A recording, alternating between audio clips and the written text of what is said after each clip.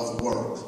And so during that challenging moment, she was concerned about the welfare, of others. And I think that as we live our lives, how can we utilize our lives to change the lives of other people? We are only here on this earth for a short moment, whether it's for 30 years, 40 years, or 50, or 90, or 100. It's a short time frame. And how are you going to utilize your life to make a difference in the lives of others?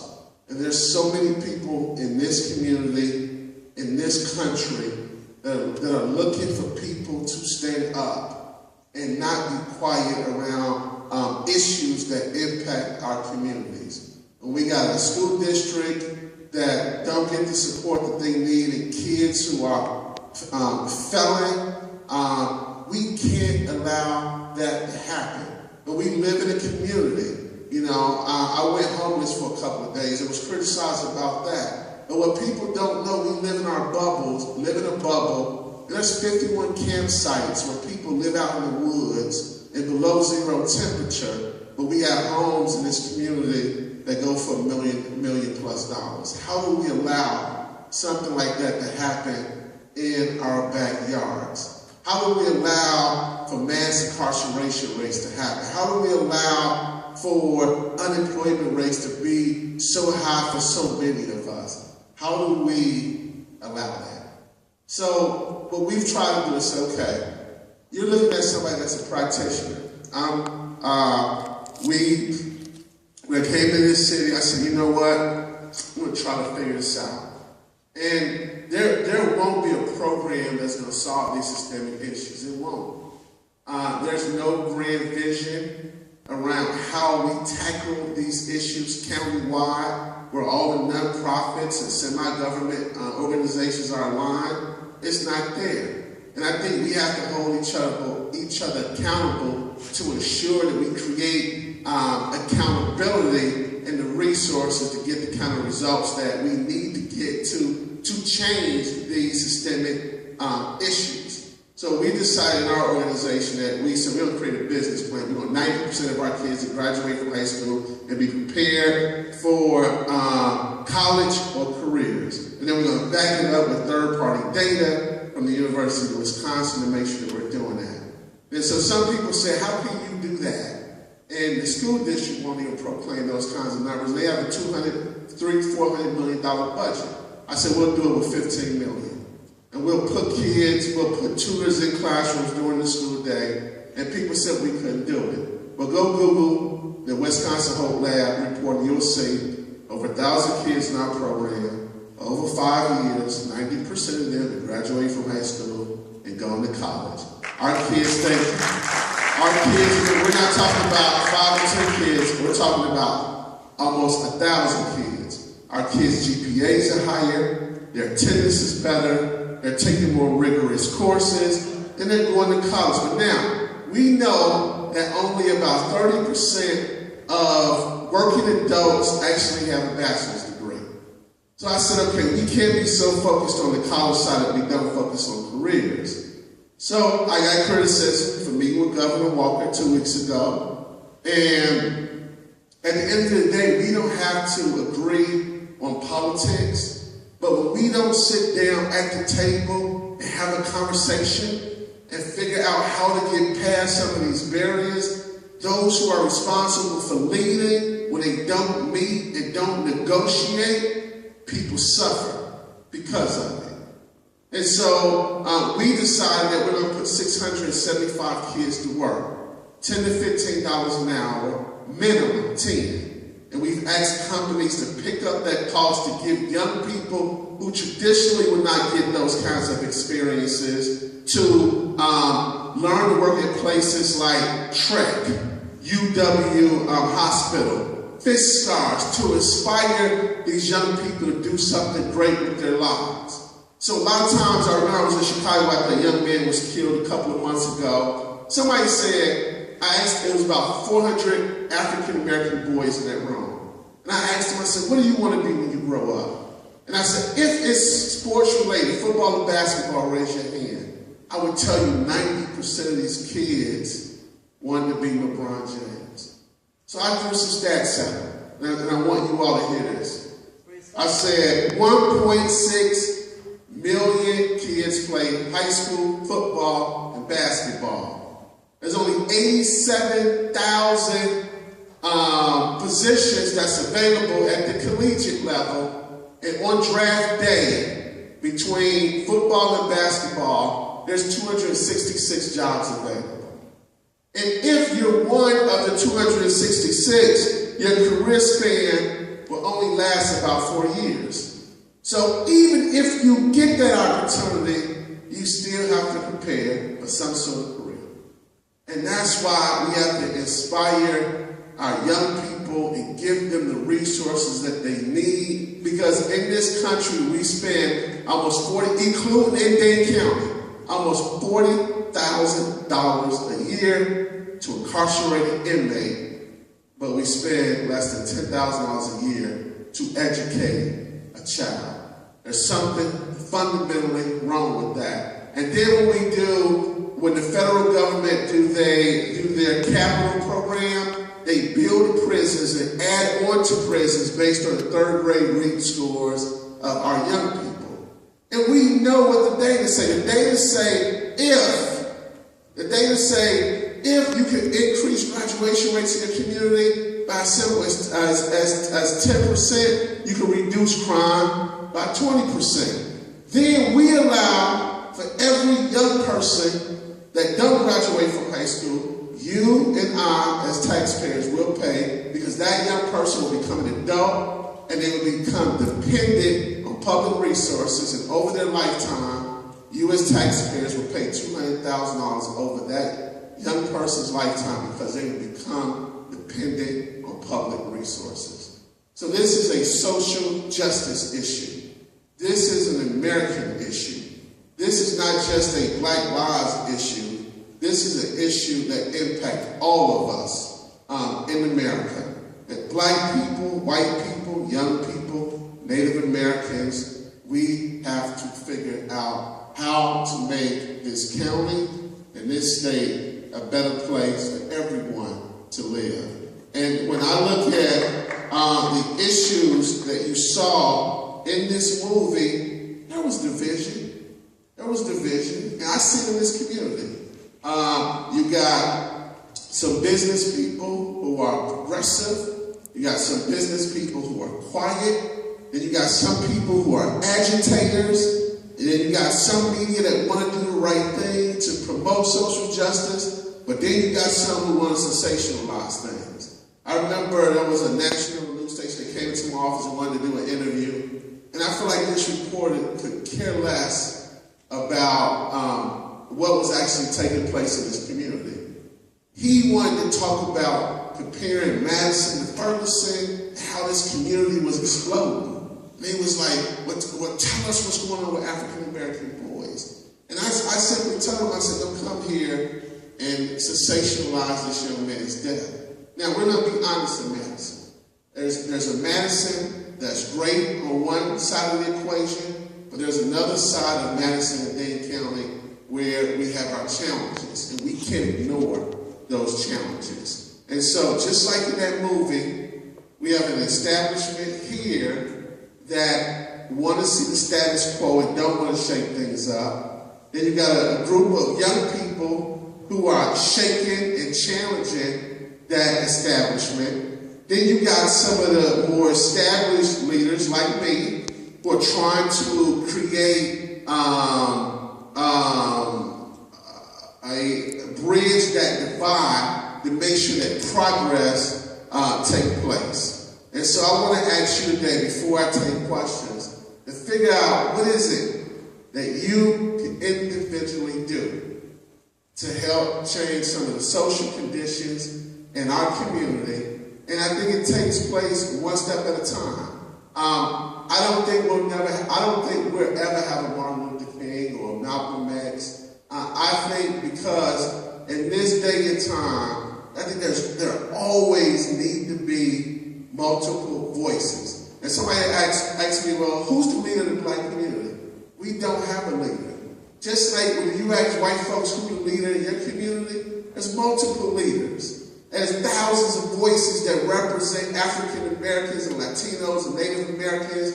That leadership model don't work in this day and age. There's multiple leaders in our organizations, multiple leaders in our communities, and we just have to figure out a plan, and we got to get to know each other. A lot of times we live segregated in our own communities, and we live in our own bubbles, and we say we want to change social conditions for other people, but I challenge some of my friends, even my black friends. They'll say, well, I don't let white people in my house.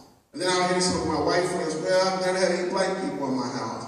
Well, if you don't have a personal connection to another race or a family, you don't feel that personal connection, it's going to be hard to deal with some of these issues that we face in our community. And so they told me I had 10 minutes to share that story, so now I want to take some time to answer some questions. Are there any? Yes, ma'am. How did you turn your life around? You said you didn't know how to read or... Yeah, it was challenging. So I tell this story all the time. I went to a school where I just got tired of seeing my friends killed in Chicago, and it didn't hit me until I was working at a program, and the principal of my school asked me to come and speak. And I had never given a big speech before. It was the commencement ceremony of my elementary school. And they still had my 8th grade graduation picture on the wall. And out of 23 of the African American boys on that picture, only 4 of us were still alive as of that day. So I remember praying, saying, I got to do something with my life, and I got to figure out how can I contribute to this world. So there was a couple of things. I think there was 4 contributing things. One, I had a mother who was a force to be reckoned with. And so even though my mother had mental health issues, I knew I had a mother who cared. My father was not there. 2, I had a mentor who was a business owner that owned a grocery store in our neighborhood. 5 foot, he says 5'9", but he's probably 5'2", Greek-American man who became my surrogate father. And so I've been working since I was 13 years old, and it was him who inspired me to do something with my life. I had never graduated. I had never been on a college campus. No one in my family had ever been to college. But somehow he inspired me and made me believe I was college material. So Peter Goshen was very, very influential. Also, I was a member of the Boys and Girls Club. I went to the Boys and Girls Club almost every day. And that was my home away from home. So even though I stayed in the projects and saw drugs and guns and prostitution, that became my sanctuary. And then I was connected to a community of faith. And so it was those 4 things, I believe, that changed my opportunity equation. And it broadened my horizon. And that's why I have 4,000 kids that's in my care at Boys and Girls Club. And I go out my way to raise as much money as I can for them, to take them on college field trips, to get them tutorial support, to get them employment opportunities, to get them out of high school so they can see the world, so they can see what this great country has to offer. And a lot of our kids don't get to see what this world has to offer. And I believe when you begin to inspire people, like what Peter Goshen did for me, I was 16, 17 years old thinking about who was going to kill me or who I was going to kill. And if I was going to be the toughest guy in jail, that was my dream. That was my dream. I was just like, I'm going to be tough. I'm wondering what jail I'm going to go to. And then Peter just changed that equation. It was like, nah, I'm taking you to Indiana State University. And I remember him taking me there. It was like, now that I look back, I'm like, that place is crap. But I remember as a kid, it felt like Disney World. Because I grew up in a high-rise building, I saw all these students with book bags and dorm rooms and these nice college athletic fields. That one field trip opened up my world. And then when I remember going to his house, he stayed in a neighborhood called Glenview, Illinois. And I saw how in my apartment, it was like 10 of us that stayed in a 3-bedroom apartment. And then he had like a 7,000 square foot house. And I was just like, wow, I want to go to college, and I want my family to live like this. And so we got to inspire our kids. And when I went to Dade County Jail a couple of weeks ago, the sheriff allowed me to spend some time with the inmates there, and to see all those men caged up like animals. How could we have changed their opportunity equation? How could we have made them productive citizens in this country? But when we suspend kids at the rate that we suspend them and kick them out of school at the rate that we suspend them, that's going to become their pathway. And the sad thing is, for some communities, prisons is the economic engine for a lot of rural communities. And so somehow when you look at the laws that's on the books, I think it's designed that way. And somehow we got to figure out how to change that. So did I answer your question? Yes, ma'am. How do we change those who have the same background, or the same background, but they're older now? Yeah. Still believe in that's what it's. Yeah. So she asked, how do you change pretty much people's thinking? So sometimes, as much as groups like Young Gifted and Black make it uncomfortable for people, it's that kind of demonstration that allows dialogue to take place. But then somebody else got to come in and help take that energy and negotiate it in a way where those who have the power can actually change the thinking of other people. So if you think about what Dr. King did, you had some people that was like, let's go grab our guns and let's shoot back. And Andrew Young came in and said, that's not the approach that you want to take. You kill 1 or 2 cops, you're going to come back and kill 10 of us. I think that was his quote. Then Martin Luther King used the media as an opportunity to say, okay, the first time we marched with all African Americans, this time we're going to invite, and he pleaded to the world for our white brothers and sisters to come and to march together. And you saw a very, very different outcome. So he utilized the power of the press to build on the conscience of white people.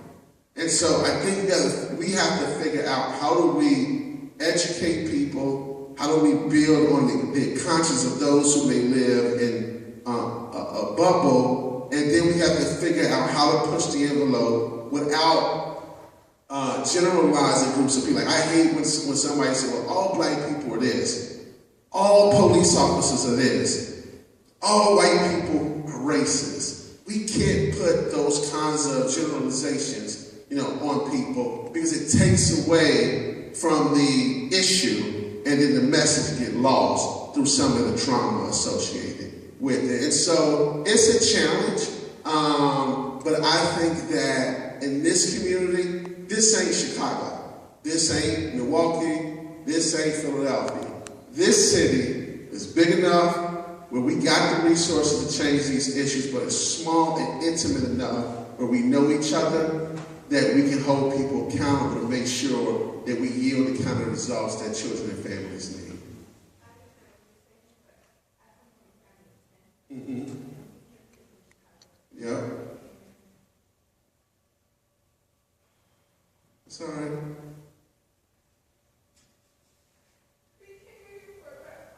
Yeah.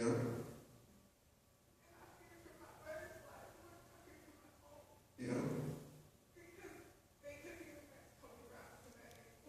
Yeah. That's real. That's real.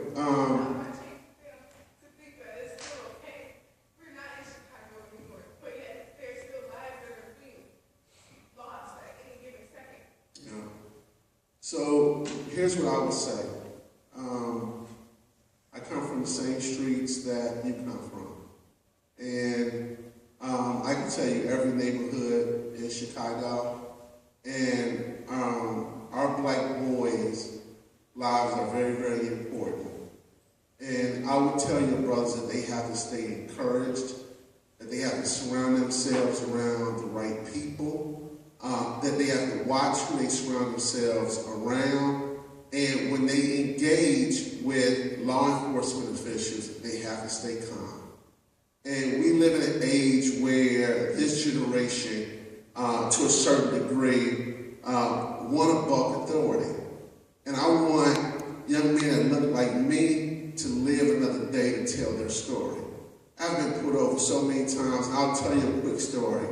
I was doing some campaigning for somebody in Ohio, and I get pulled over on that highway. And it was me and a doctor friend of mine who worked at Philadelphia Public Schools. A white state trooper pulls us over. I was in a rental Chrysler 300. He pulls me over, and I could have responded two different ways. He comes up to my car. His pistol is like, he's already on guard. And so I asked my friend named Dr. Strong, said, just put your hands on the dashboard. Because I get scared, even as somebody that's successful, when I get pulled over, I'm still afraid. So I got my hands on the steering wheel, and I just say, hey, officer, what's the problem? You need my license and registration. So he was like, yep, license, registration, like with this mean tone. I said, I'm going to reach in my glove compartment, grab my license and registration. Is that okay? And he said, go ahead and grab it. So I give it to him. He asked me to step out the car out on the highway. And I said, officer, is there a problem? And he said, please proceed to my car, to the back of the car. So I said, are you arresting me? And then I could have responded and been like, why the hell are you arresting me? So I just wanted to remain calm, because I want to live another day to fight that battle if he do something wrong to me. So I just started praying. I'm a man of faith. So I just started praying. And he heard me praying out loud. So then he asked me to get in the front seat of his car. And I didn't trust him. Like, why are we doing this? So he asked for my hand. And so Dr. Strange, and then my wife was in another car with some friends. And they're looking, they didn't know what was going on. So this white officer asked to hold my hand, and I asked if I would pray with him. So the whole time, I'm being honest, I started praying, but I'm looking at his gun the whole time, because I'm like, okay, if he try to hurt me, it's going to be my word against his. I'm not ready to die. So then he started crying, and he simply talked about how in that part of the interstate, he had told me that his wife had divorced him, that he was involved in a couple of shootouts, and then he literally told me that I met the profile of a drug dealer. So he told me all this, and we was in that car for about 20 minutes. And I sat there and said to myself, what would have happened if I would have responded very differently? 6'1", 360 pounds. I could have been like, why the hell are you pulling me over? Here's my goddamn license and registration. And I think my outcome would have probably been very, very different. So I think as African-American men, I'm not saying be submissive all the time. What I'm saying is be careful and be calm in your approach, and then utilize the power of your pen and others in the community to help you fight that battle. And I know that our young boys are strong men. We just have to support them. We have to encourage them, and we got to let them know that we love them. And a lot of times when we see African-American boys, people judge us. And I deal with it as a nonprofit leader. I deal with it all the time. I knew as the CEO of a nonprofit that I had to get an MBA. I knew I had to go get 5 or 6 certifications. I know my finances got to be tight. I know I got to raise money more than anybody else, because the minute I make a small little mistake, I'm not going to be given the benefit of the doubt. And so you got to encourage them. Ask them to find people that can help encourage them. Tell them to always do the right thing. Try to be around people that's going to inspire them to do great things. And even if they struggle, when I couldn't read and I couldn't write, I was mad and I bullied people, because that was my way of not letting people get to me. And it was frustrating that at Malcolm X College I had to spend 4.5 years there because I couldn't read and write at the collegiate level. And it angered me, and I took that emotion out on people. But then I just got tired of living in the project. I got tired of seeing my friends killed. I got tired of living in these depressing situations. And I said, I got to do something about this. And so whatever they may be going through, tell them to figure out what those challenges are, because you're never too old to change your life. Okay? Yes. Do you think that bringing communities very together, all the different organizations, and community development block grants, where would we be able to get more of those to help the community redo parks, redo community centers, and bring that back into the state? Yeah. Part of the challenges of our nonprofits here, so we have more nonprofits in Dane County on a per capita basis than anywhere in the country. Over 4,000 nonprofits. And the issue is we're not aligned around a common goal. So everybody's trying to do the right thing, but we're not all feeding into a common goal to address systemic issues. The other challenge is our nonprofits don't have the infrastructure to grow. So even when I took over Boys and Girls Clubs, we were running deficits, we didn't have development people, we wasn't thinking in abundance. So I had to figure out a way to create capacity to reach and impact more kids, but also make sure that we have the financial resources to drive mission. Because if you don't, I always tell my team, if there's no margin, there's no mission. If you can't create sustainable programs that fund themselves, you may get a grant that'll last for 1 year, and then the minute that grant leaves, those who you've tried to help, you end up hurting them, in the long run. So one, the infrastructure is not there. Two, the alignment is not there. And then three, I don't think we have the appropriate training mechanism in place to support the leaders that we have in those roles. And as a result, I don't think we get the right kind of resources that we need or the results that we need for those we serve. Do you have any ideas of how you might be able to unify all the organizations? Yeah, so his question was, how do you unify the organization? So I would say some of my thinking is probably not popular. If it was up to me, I would merge and have some agencies acquire other agencies so they can create efficiency to get better results for my children and families. If I had my magic wand, I think that the mayor and the county executive needs to create a system-wide, what we call, in my agency we call it a BHAG, Big Hairy Audacious Goal.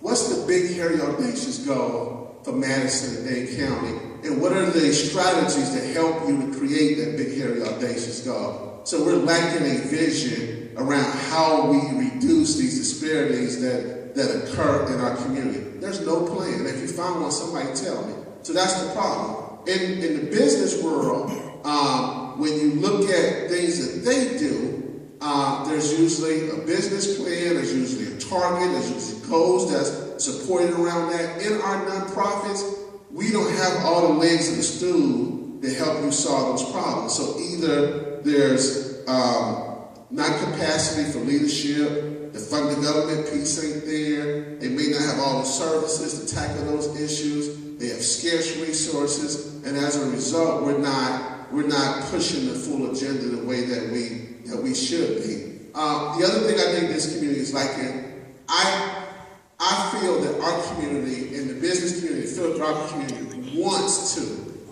do the right thing, but they're looking for answers. And so I think there's some people like United Way, Alex G, who's coming up with a systemic plan to justify that, and I'm a member of that group.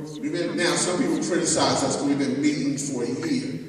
Now, somebody in that movie said these issues that happen overnight, and you ain't gonna change them overnight. We're not gonna just rush and put out a plan that's not going to make a fundamental difference in this community. So we've met with over 1,000 people. There's been meetings up to 1 or 2 o'clock in the morning, and the plan is about 95% done. And so I think that's going to be a critical plan for the city. And there's really 3 approaches. One is economic development. decreasing mass incarceration of people of color, and then dealing with the education and employment pieces and their strategies around how we reduce those disparities. And that's a plan that's been needed for a long time.